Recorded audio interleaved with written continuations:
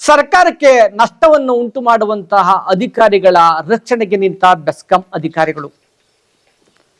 ಕ್ಷೇತ್ರದ ಶಾಸಕರು ಅಂತಹ ಭ್ರಷ್ಟ ಅಧಿಕಾರಿಗಳನ್ನ ವರ್ಗಾವಣೆ ಮಾಡಿ ಅಂತ ಲೆಟರ್ ಕೊಟ್ಟರು ಕೂಡ ಆ ಲೆಟರ್ ಕಸದ ಬುಟ್ಟಿ ಸೇರಿದೆ. ನಮಸ್ಕಾರ ಪ್ರಿಯ ವೀಕ್ಷಕರೇ, ಸಂಗ್ರಾಮ ಟಿವಿಗೆ ಸ್ವಾಗತ. ನಾನು ನಿಮ್ಮ ರಮೇಶ್ ಶಕ್ಕೂರ್.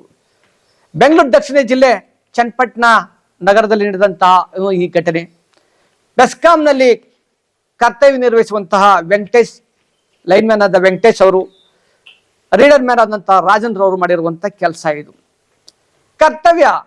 ಸರ್ಕಾರಿ ಕರ್ತವ್ಯ ಸಂದರ್ಭದಲ್ಲಿ ಖಾಸಗಿಯವರಿಗೆ ಕೆಲಸವನ್ನ ಮಾಡಿಕೊಟ್ಟಂತಹ ಗಂಭೀರ ಆರೋಪವನ್ನು ಹೊತ್ತಿದ್ದಾರೆ ಇವರು. ಸರ್ಕಾರಿ ಸಂಬಳವನ್ನು ತೆಗೆದುಕೊಳ್ಳುವಂತಹ ಇವರು ಸರ್ಕಾರಿ ವೇಳೆ ಸರ್ಕಾರಿ ಸಂಬಳ ಆ ಸಂದರ್ಭದಲ್ಲಿ ಖಾಸಗಿಯವರಿಗೆ ಹೋಗಿ ಸರ್ಕಾರಿ ಹಣವನ್ನ ಪೋಲ್ ಮಾಡ್ತಾರೆ.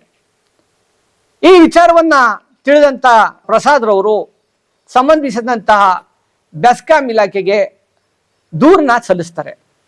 ಇಂತಹ ಅಧಿಕಾರಿಗಳು ಕರ್ತವ್ಯದ ಸಂದರ್ಭದಲ್ಲಿ ಖಾಸಗಿ ವ್ಯಕ್ತಿಗಳಿಗೆ ಹೋಗಿ ಕೆಲಸವನ್ನು ಮಾಡಿರ್ತಾರೆ, ಇದರ ಬಗ್ಗೆ ಸೂಕ್ತವಾದ ಕ್ರಮವನ್ನ ತೆಗೆದುಕೊಳ್ಳಿ ಅನ್ನೋ ಒಂದು ನಿಟ್ಟಿನಲ್ಲಿ ದೂರನ್ನ ಕೊಡ್ತಾರೆ.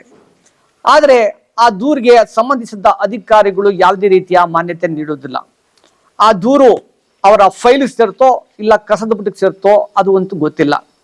ಇದೇ ವಿಚಾರವಾಗಿ ಕ್ಷೇತ್ರದ ಶಾಸಕರು, ಕ್ಷೇತ್ರದ ಜನಪ್ರಿಯ ಶಾಸಕರು ಸರ್ಕಾರವನ್ನ ಉರುಳಿಸಿ ಮತ್ತೊಂದು ಸರ್ಕಾರವನ್ನು ತಂದಂತ ಕೀರ್ತಿಗೆ ಬದಲಾದಂತವರು ಒಂದು ಲೆಟರ್ ಕೊಟ್ಟಿರೋ ತಕ್ಷಣ ಒಂದು ಕಚೇರಿಯನ್ನ ವರ್ಗಾವಣೆ ಮಾಡುವಂತಹ ಶಾಸಕರು, ಅವರು ಕೂಡ ಈ ಇಬ್ಬರು ಭ್ರಷ್ಟ ಅಧಿಕಾರಿಗಳನ್ನ ಕೂಡಲೇ ವರ್ಗಾವಣೆ ಮಾಡಿ ಇಂಥವರ ಅವಶ್ಯಕತೆ ಇಲ್ಲ ಅಂತ ಕೇಳಿ ಸಂಬಂಧಿಸಿದ ಇಲಾಖೆಗೆ ಅರ್ಜಿ ಬರೆದ್ರು ಕೂಡ ಅವ್ರ ಅರ್ಜಿನೂ ಕೂಡ ಫೈಲ್ ಸೇರಿದೆಯೋ ಕಸದ ಬುಟ್ಟಿ ಸೇರಿದೆ ಗೊತ್ತಿಲ್ಲ. ಅಂದ್ರೆ ಕ್ಷೇತ್ರದ ಶಾಸಕರ ಒಂದು ಪತ್ರಕ್ಕೆ ಬೆಲೆ ಕೊಡ್ತಾ ಇಲ್ಲ ಬೆಸ್ಕಾಂ ಅಧಿಕಾರಿಗಳು ಅಂತ ಅಂದ್ರೆ ಇನ್ನು ಯಾರಿಗೆ ಬೆಲೆ ಕೊಡ್ತಾರೆ?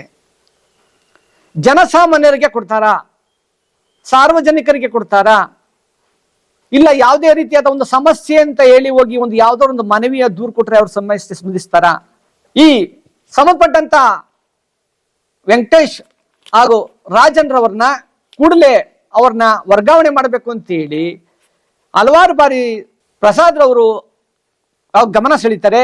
ನಂತರ ಕ್ಷೇತ್ರದ ಶಾಸಕ CP ಯೋಗೇಶ್ವರ್ ಅವರು ಒಂದು ಲೆಟರ್ ಕೊಟ್ಟರು ಕೂಡ ಅದಕ್ಕೆ ಬೆಲೆ ಇಲ್ಲ ಅಂತಂದ್ರೆ ಯಾವ ಮಟ್ಟಿಗೆ ಬೆಸ್ಕಾಂ ಇಲಾಖೆ ಕರ್ತವ್ಯ ನಿರ್ವಹಣೆ ಮಾಡ್ತದೆ ಅಂತ ಅನ್ನೋದು ಇದರಿಂದ ತಿಳಿತದೆ. ಪ್ರಿಯ ವೀಕ್ಷಕರೇ, ಕ್ಷೇತ್ರದ ಶಾಸಕರು ಇತ್ತ ಕಡೆ ಗಮನ ಹರಿಸಬೇಕು, ಕೂಡಲೇ ಸಂಬಂಧಿಸಿದ ಅಧಿಕಾರಿಗಳನ್ನ ತರಟೆ ತಗೋಬೇಕು, ಕೂಡಲೇ ಈ ಇಬ್ಬರು ಭ್ರಷ್ಟ ಅಧಿಕಾರಿಗಳನ್ನ ವರ್ಗಾವಣೆ ಮಾಡಬೇಕು.